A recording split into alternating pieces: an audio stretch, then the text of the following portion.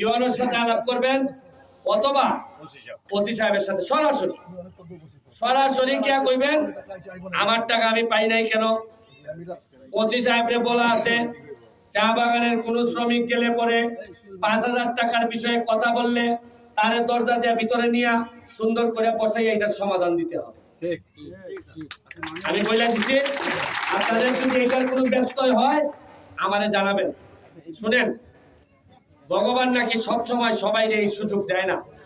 আমি যে সুযোগ 5 বছরের জন্য পাইছি, আমি চেষ্টা করব অন্তত এই 5 বছর আপনাদের জন্য যেভাবে খাতিরদারি করলে, যেভাবে গোলামি করলে আপনাদের হৃদয় পাওয়া যায়, আপনাদের ভালোবাসা পাওয়া যায়, আপনাদের আশীর্বাদ পাওয়া যায়, এই চেষ্টাটুকু আমি করব।